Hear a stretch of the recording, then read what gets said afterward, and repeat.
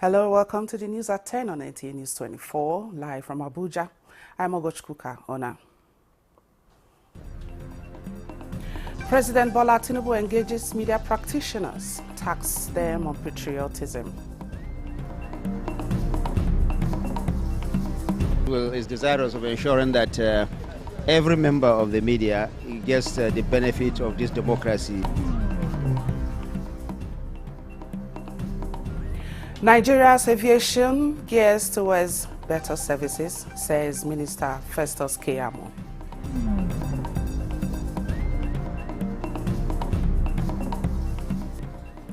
Local government workers seek further constitutional amendment for effective implementation of financial autonomy.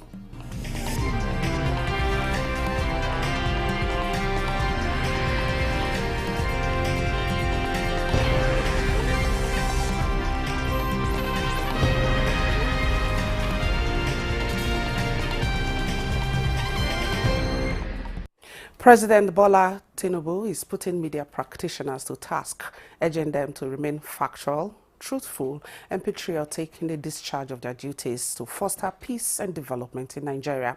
The president, represented by the Minister of Information and National Orientation, Mohammed Idris, gave the advice at the 20th Guild of Editors Conference in Yenagoa, Bayelsa State. Doris Akumoye reports. The conference, which had in attendance veteran journalists and editors, is geared towards addressing the challenges in the media industry and charts a common front in surmounting them. President Bola Tinubu, represented by the Minister of Information and National Orientation, said the media has played a pivotal role in shaping Nigerians' democracy and development. The president said his administration, through his renewed hope agenda, has initiated interventions and reforms to cushion the present economic realities. He called on the media to report to foster peaceful coexistence. Government, of course, is desirous of ensuring that every member of the media gets the benefit of this democracy. What do I mean by that? Enhanced pay, enhanced working condition, enhanced tools of operation. We're working on all aspects of that, and as soon as they mature, the media will also be availed of that information. The significance of the media in every democratic governance has been recognized as far back as the 17th century. As editors, we are not only stewards of information and truth, but also stakeholders in our nation's development. The fallout of the conference is expected to rekindle innovation and growth in the media industry. In Yenagoa, Doris Akumoye, Nta News. The Minister of Education, Dr. Tunji Alausa, says sustainability of the homegrown school feeding program is among viable options of the federal government to tackle the menace of out-of-school children in Nigeria. He therefore solicited more funding to the sector when the Senate Committee on Tertiary Education and TED Fund came on oversight. National Assembly correspondent Lami Ali reports. Engaging the legislators for the first time since his deployment to the Education Ministry, Dr. Alausa said, aside the challenge of millions of out-of-school children in Nigeria, government will also reform the education system to focus more on science, technology, mathematics and medical sciences to make graduates employable. Young, vibrant, dynamic populations that are eager to learn. And that's why Nigerians are excelling all over the world. We have to give these children opportunities.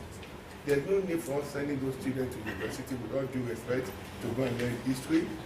We have enough of that to go and learn geography. When we can crank them into science, technology, engineering, mathematics, and to become the innovators. Mr. Minister, you are on the right trajectory on that, and I commend that. Please continue. We used to have these technical colleges, okay? Technical colleges, secondary schools.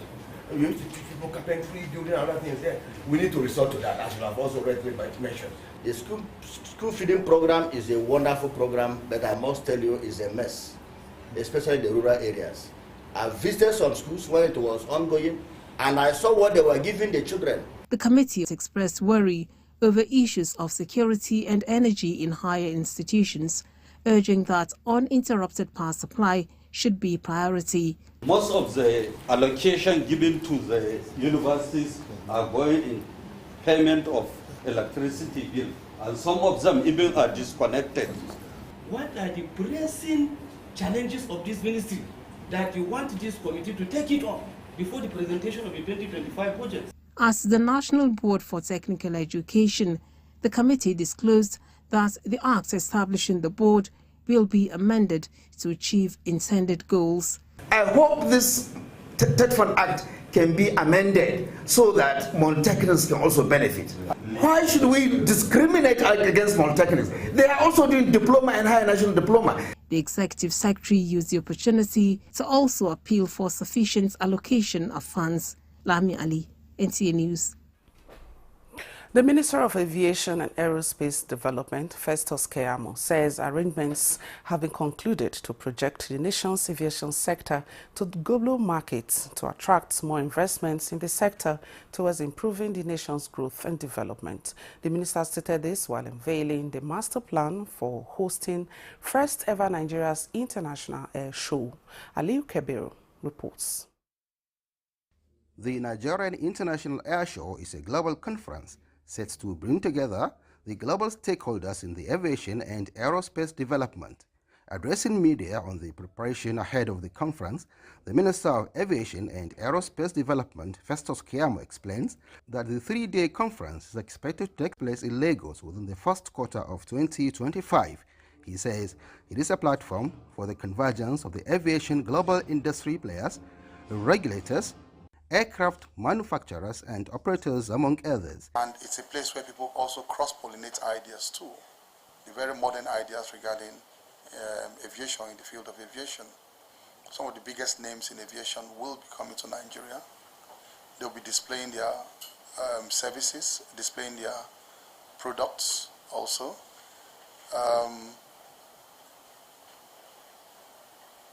It is intended to project Nigeria as the place where the next big things will happen in aviation in Africa. He stated that the entire program speaks volumes to the nation's quest of reshaping the economy, encapsulated in the renewed hope agenda of the present administration. In Abuja, Aliu Kabir, Nta News. The federal government says it is partnering with development partners to deepen financial inclusion, critical to achieving inclusive participation in its social investment programs. At a workshop organized by the Office of the Technical Advisor to the President on Financial Inclusion and Development Partners, Deputy Chief of Staff to the President, Ibrahim Hadija, reaffirms federal government's commitment to implementing the ASO Accord Acts on Economic and Financial Inclusion. Musa Abubakar has the report. Nigeria's financial inclusion may have risen to 64% in 2023 from 54% in 2022. The target for the federal government is to close the gap through deliberate actions, including partnerships. This workshop, organized by the Technical Advisor to the President on Economic and Financial Inclusion and Partnership for Learning for All in Nigeria, PLAIN, focus on improving funding for non-state schools and enhancing financial inclusion and support while fostering financial literacy. The majority of those who have been identified as requiring these programs are not financially included. So we need to work very closely with stakeholders, humanitarian affairs, to ensure that we ramp up the pace of extending financial inclusion. Is in line with the present administration's agenda to brainstorm and see what are the areas, how we can do alignment of our strategy to support this financial inclusion. This initiative seeks to empower communities and build a future where every child has access to quality education. In Abuja, Musa Abubakar, Nta News. And now, judicial matters. The Supreme Court may have passed judgment in favor of local government council financial autonomy, but workers in the third tier of government feel there are clauses in Nigeria's constitution that may not allow effective implementation of the autonomy. They aired this view during the celebration of the 2024 Local Government Workers' Week.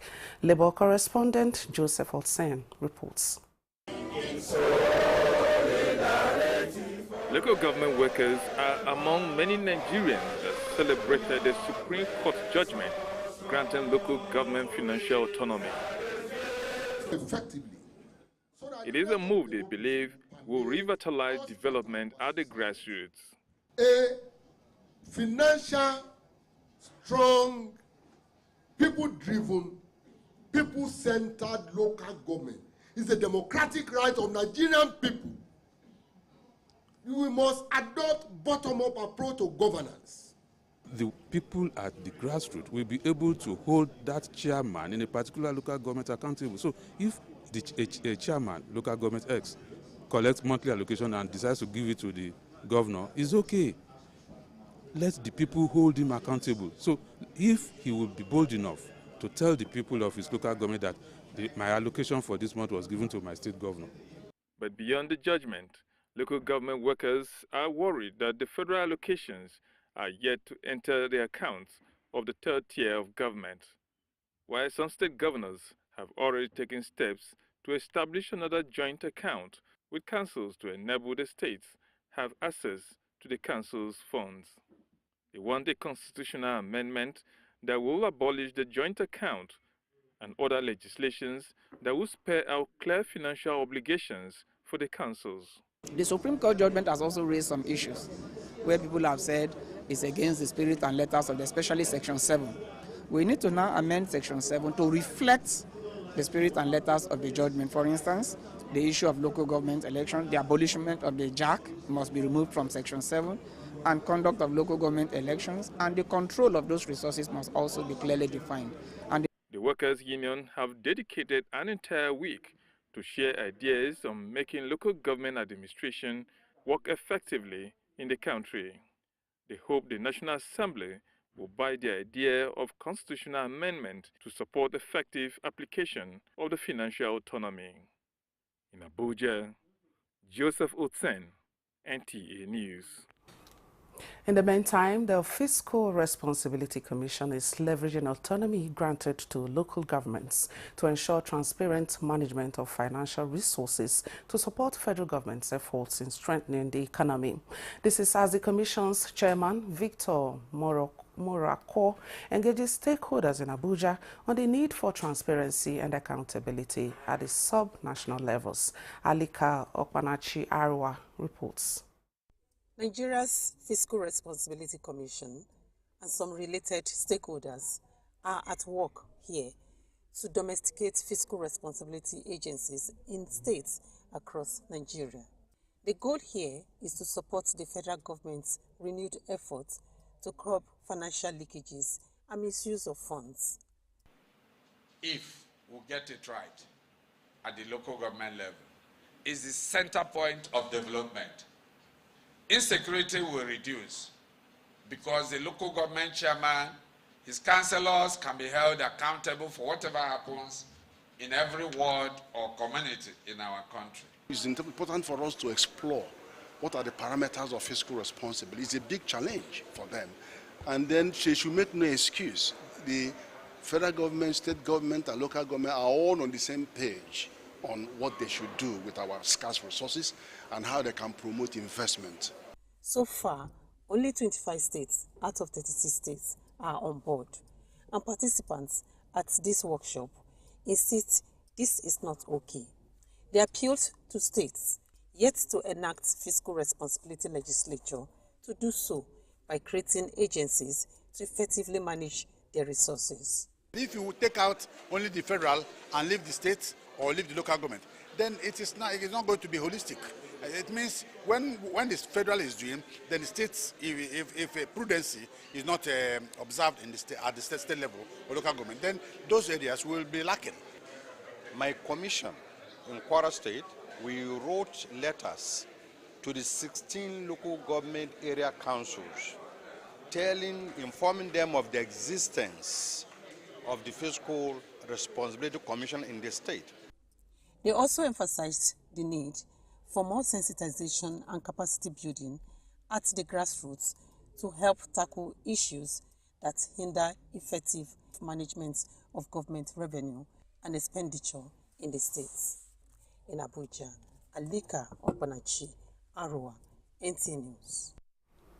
You're watching the news at 10. We take a break now. The news continues shortly.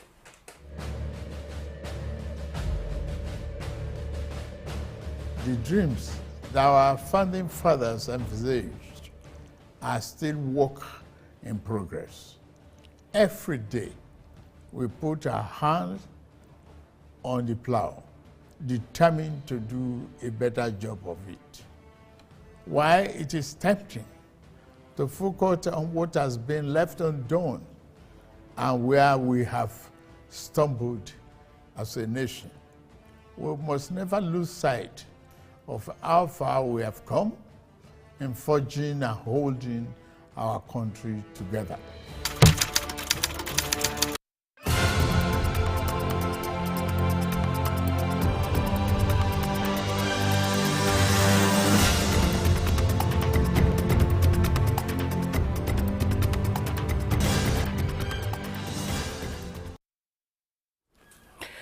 Attracted by the numerous potential of Renewed Hope Initiative's agricultural support programs, the Federal Ministry of Agriculture and Food Security says it is set to adopt and operate some of the interventions, particularly Every Home a Garden competition as government programs. Minister of State for Agriculture and Food Security, Aliyu Sabi Abdullahi, stated this after attending the 2024 fourth quarterly meeting of the Renewed Hope Initiative state coordinators with Nigeria's First Lady, Oluremi Tinubu, in the villa. State House correspondent Adeni Taiwo reports. The last time state coordinators of Renewed Hope Initiative met with the national coordinator and Nigeria's First Lady, Oluremi Tinubu, was in July this year. The intervening period saw many wins for the initiative, with the implementation of key programs, including the launch of the Young Farmers Club, the empowerment of petty traders across the country, and the unveiling of the National Unity Fabric. The quarter also saw the passing of Akwa Ibom State First Lady, Patience Eno. Rest in perfect peace. Her daughter, Helene Eno, is taking her place at the table as the coordinator for the state. Encouraged by its big wins in the agricultural sector, where the Young Farmers Club was launched and the Every Home a Garden competition was unveiled, the First Lady says it is time for women to also seize numerous business opportunities offered by RHI interventions. We want people, women now, to go into business, even selling national fabrics.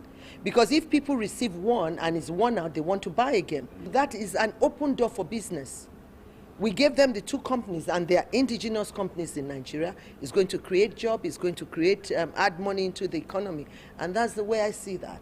If you look at the Every Home a Garden, it will amaze you how many people are being inspired to have their own garden. So this is what I'm doing, just to have people to do what I do. She says RHI, as a non-governmental organization, has continued to attract funding and other resources from well-meaning Nigerians. Because like the food bank we are doing, we have two companies. That was the people we started with. They give us a truckload of food, and Mrs. Shetima is handling that. We go from state to state. We also have covered about maybe 7 states. To cover the 36 states, if it is 1 truck per state, so within under 2 years, we should be able to finish. Minister of State for Agriculture and Food Security, Aliyu Sabi Abdullahi, who joins the meeting, says the ministry is betting big on the agricultural support programs of RHI to promote farming in states. Every home, for example, represents a secure location as much as possible. So when you have some small farming taking place there, whatever is produced there, is secure. So when you encourage that and you are having millions of Nigerians having that, I think we're contributing to sustainable food security. So as a ministry, we are not just, this is not a one-off. We see this as an opportunity, and we are taking this opportunity hands-on. We are going to make sure it's institutionalized. We are mainstreaming it into our operations. I'm basically here to, speak to the First Ladies of the various states who are here in a meeting with her, to tell them exactly what we intend to do and how we're going to go about it. We have a budget line, but based on what we have come out with now, haven't done all the processes and whatever, definitely it will be about 68 million that will be going to them for the various components. So, and when we are sending it, we'll be sending along with the schedule that will tell them for the first one, the women empowerment, training on women empowerment, whatever the amount is, for the young farmers, whatever is there, for the every home garden, and then the young farmers club. He adds that the state governments are all expected to have desk officers in their various states to enhance the implementation of the program. In the State House, Adeni Itaiwo, Nta News. The telecom industry is evolving, and for justice to be delivered effectively in the sector, judicial officers need to be abreast of the development. This is why the Nigerian Communications Commission, in conjunction with the National Judicial Institute, organized a workshop for judges and legal officers on legal issues in the telecommunications industry. Bolaji Akim reports. With the mandate given to the Nigerian Communications Commission as enshrined in the National Communication Act of 2003, which include an oversight of a regulatory framework for the Nigeria communication industry, there is need for judges and legal officers to be abreast of events in the digital communications. That is why this workshop is organized. Chief Justice of the Federation, who was represented by the Honorable Justice Jumai and Natu Sanke, explained that judges need to be equipped with knowledge of emerging trends in the digital communication industry to enable them handle such issues effectively. The increased risk of the personal data of consumers being misused or compromised by unscrupulous persons, thus necessitating the need for improved strategies and innovation for the consumer protection in the telecommunications sector. With the theme, the role of judiciary in accelerating digital framework in Nigeria, Executive Vice Chairman of Nigerian Communications Commission explained that telecommunications has suffered serious damages from vandals as well as illegal tampering of telecom infrastructure. Hence, the need to have a judicial framework that will protect the infrastructure for the industry to contribute maximally to the nation's digital economy. We anticipate that the courts may occasionally receive requests for orders to grant exceptions to the protection afforded to these critical national information infrastructures. During this workshop, we aim to provide insights that will support judicial discretion in evaluating such requests. The workshop, among other things, will also afford participants to come out with skills that will drive Nigeria's telecom industry forward. In Lagos, Bolaji Akim, NTA News. The Federal High Court sitting in Yola has remanded a smuggler for smuggling activities and possession of 25 rounds of live ammunition, arrested by the Nigeria Customs Service in Mubi local government area of Adamawa State. Simon Asha reports that the suspect is standing on 3-count charges. The charges before the Federal High Court Yola on Jibril Muhammad includes possession of 2,000 liters of premium motor spirit, attempt to smuggle said items out of the country, as well as possession of illegal arms.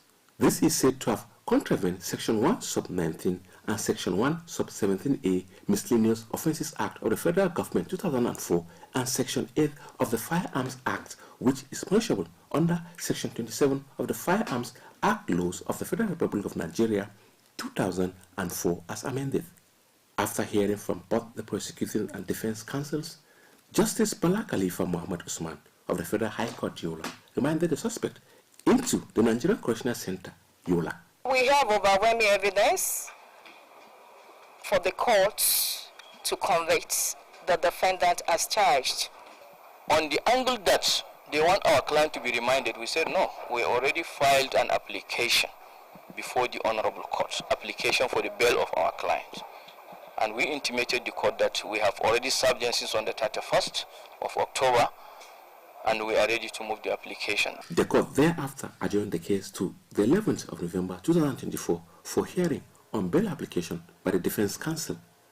In Yola, Simon Asha, NTA News. Borno State Governor Babagana Umar Zulum has reaffirmed commitment to supporting small and medium enterprises in Borno State. The governor gave this assurance when he visited Coplad Nigeria Limited, a rice milling factory on the Maiduguri-Bama Highway. Mohammed Goni has details.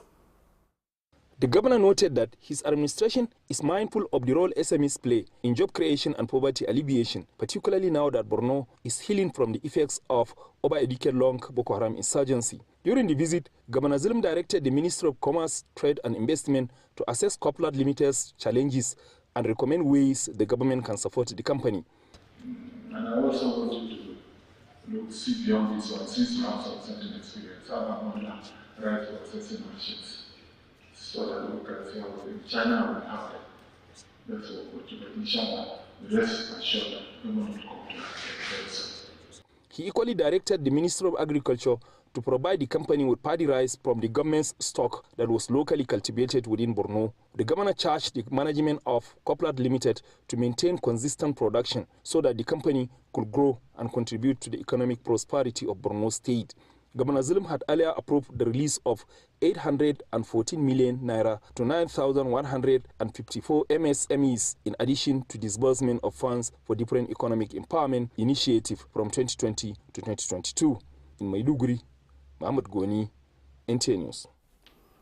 We'll take another break at this point. Please stay with us.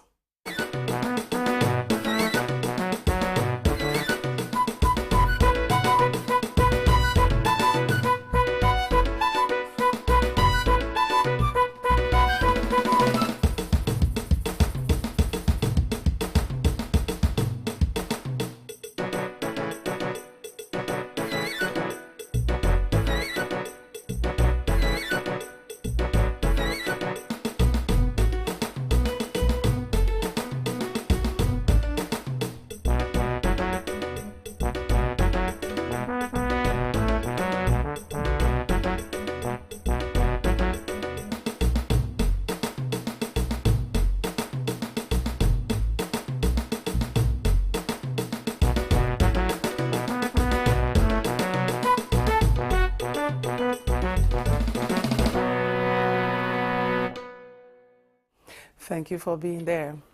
Now, the Minister of the Federal Capital Territory, Nyesom Wike, has directed the construction of the Kuje-Gwagwalada Road.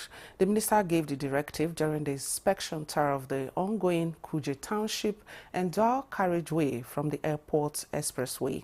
Onoze Yakubu reports. The Kuje-Gwagwalada Road has been in a deplorable condition for many years without getting any meaningful attention from the previous administrations.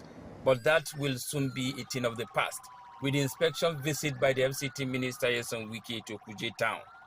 First was the inspection of the ongoing dual carriageway from the Airport Expressway, where the FCDA boss, Shehu Hadi Ahmad, gives an overview of the 9-kilometer road project. Currently, by December 2024, we will have a clear corridor right from the entity. We told them also from the airport entity.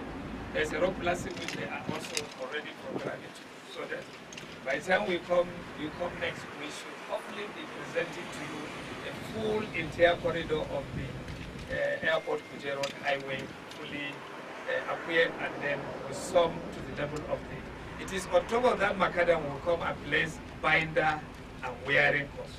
Impressed by the level of work at the two project sites, the FCT Minister Nyesom Wike gives an express approval for the construction of the Kuje-Gwagwalada Road, a portion that has been begging for urgent attention for a while. I've also directed them to continue from Kuje to Gwagwalada.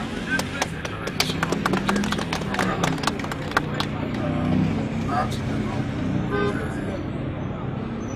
ease of transport difficulties when we are going to Gwagwalada, and also reduce the distance traveled.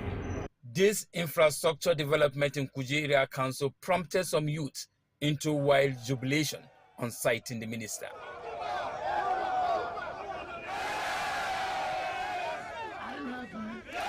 The minister, while emphasizing his administration's stand on prudence with resources in relation to project execution, urges residents to continue to pay their taxes to ensure more provision of critical infrastructure in the territory.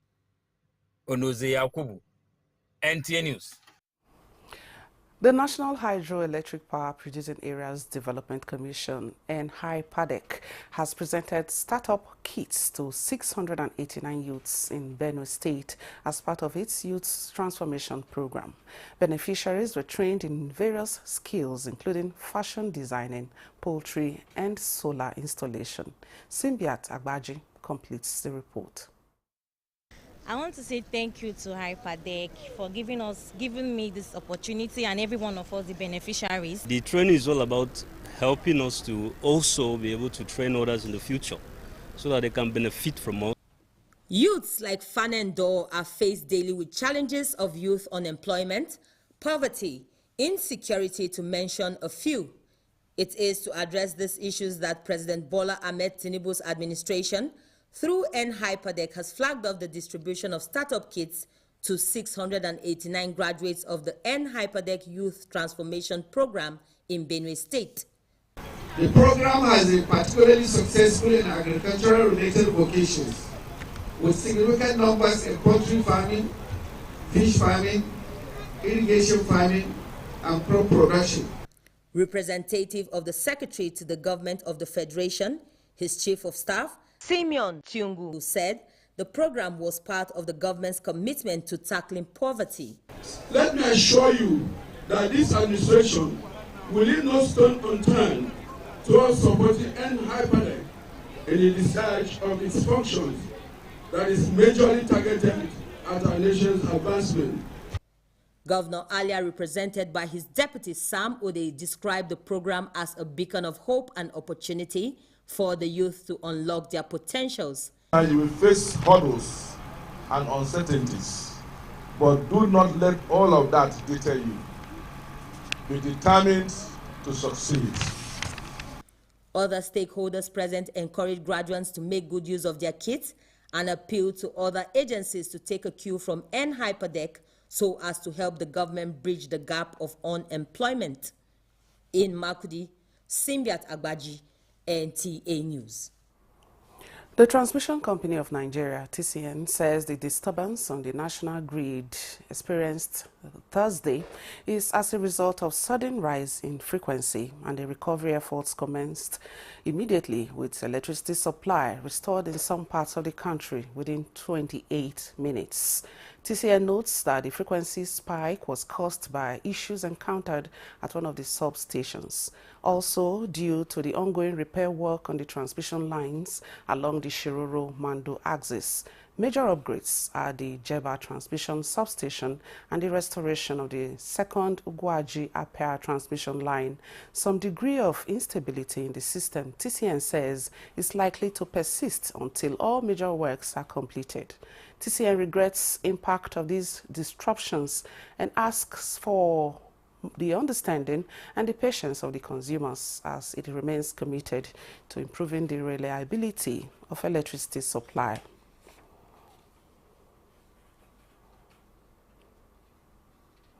The Nigeria Data Protection Commission is strengthening its engagement with the social media community to raise awareness on data protection and privacy across Nigeria.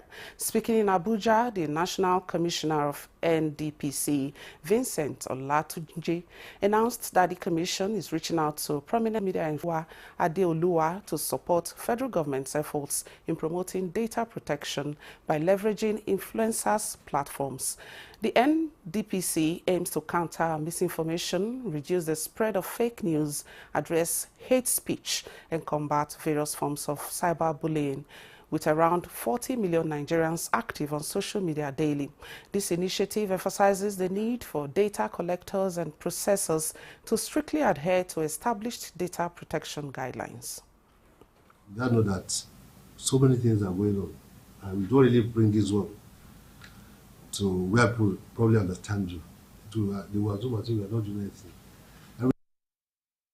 Through these partnerships, the NDPC seeks to ensure that individuals and corporate data remains safeguarded from unauthorized access, underscoring its ongoing commitment to data privacy in Nigeria. Now, ensuring consumers' satisfaction and value for money takes center stage at the 93rd Telecom Consumers Platform in Abuja. Ayodeji Makinde reports that deliberations also focuses on improving data quality. Industry experts, including representatives from major internet service providers, gathered to engage. The operators have taken my data last night, not reminding herself that she's watched one particular clip